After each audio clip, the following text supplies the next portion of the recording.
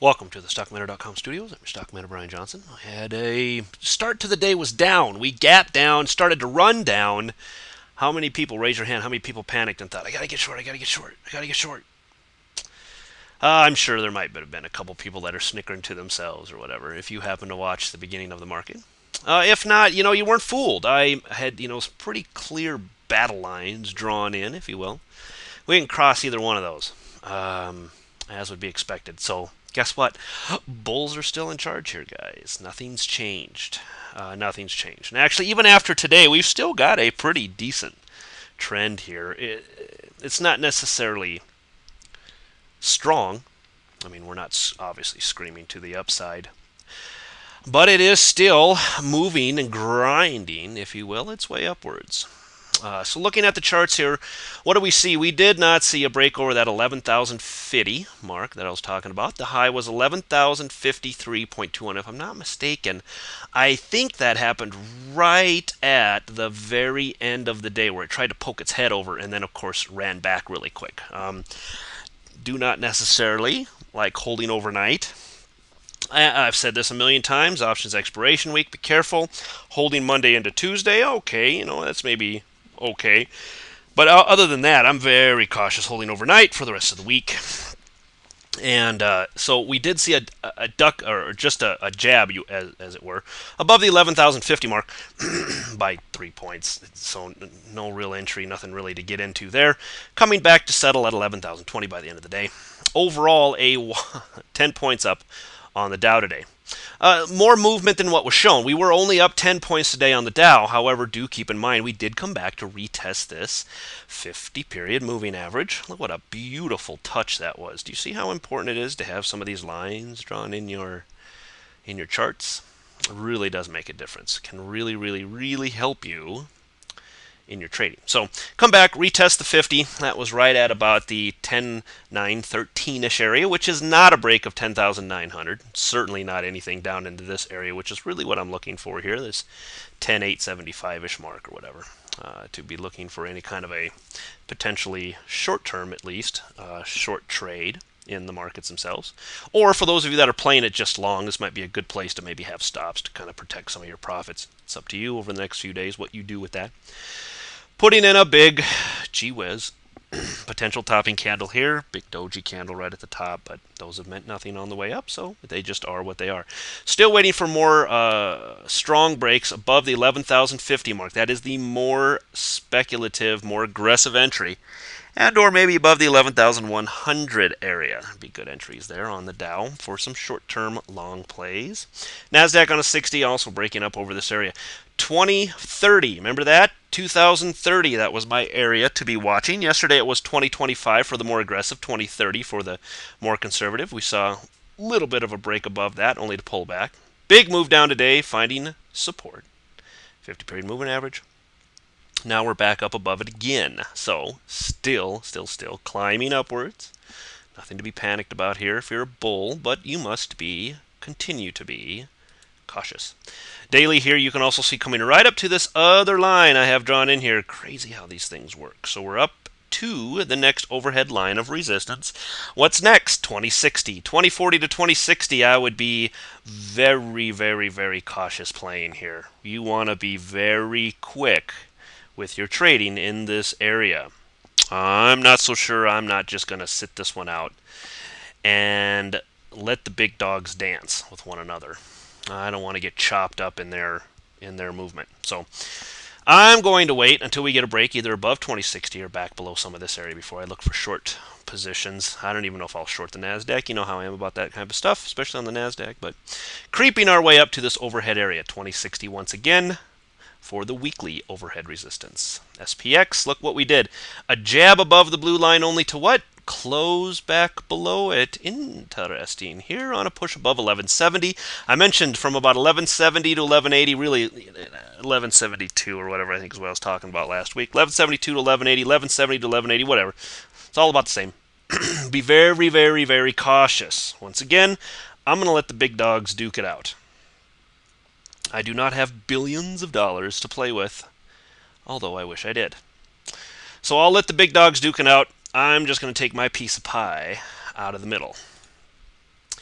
Here, as you can see, right up to this overhead line of resistance. So 1170, 1180. Be very cautious with any trading in and around that area. We can see a pretty strong push to the upside.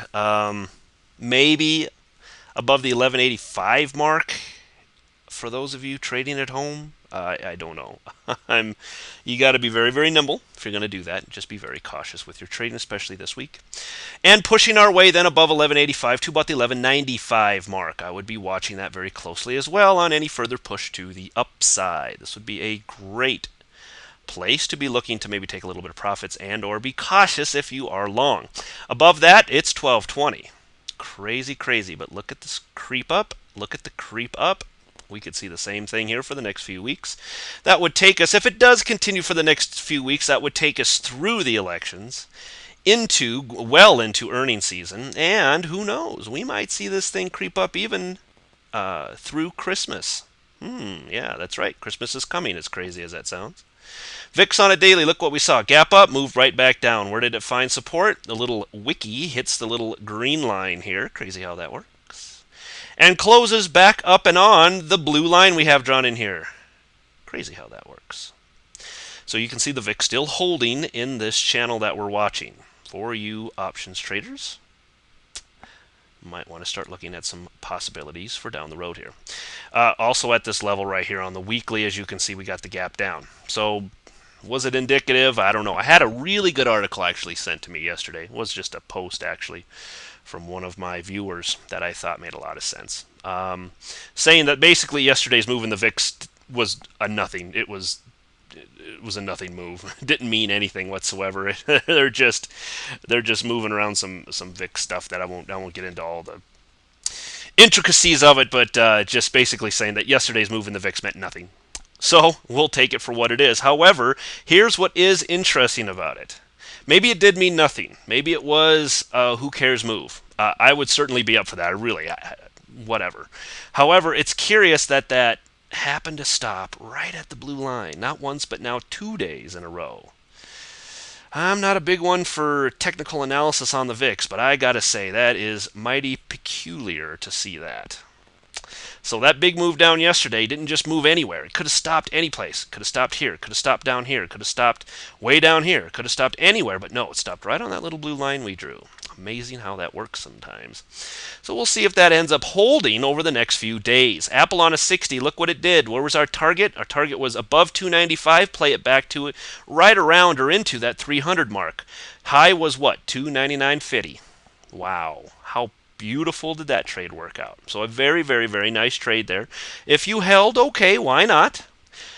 If you took profits, congratulations. That's really a good intraday trade right there. Back above 295, let that thing run right up into the 300. Poof, $4 or $5, pretty easy to be made. So I hope you made a little money on that. If you were holding overnight, you want to be very cautious. 300, big fat round number. You'll want to watch that area. Breaks up and over 300? Yeah, why not? Why not? Why not take a shot to the long side on Apple?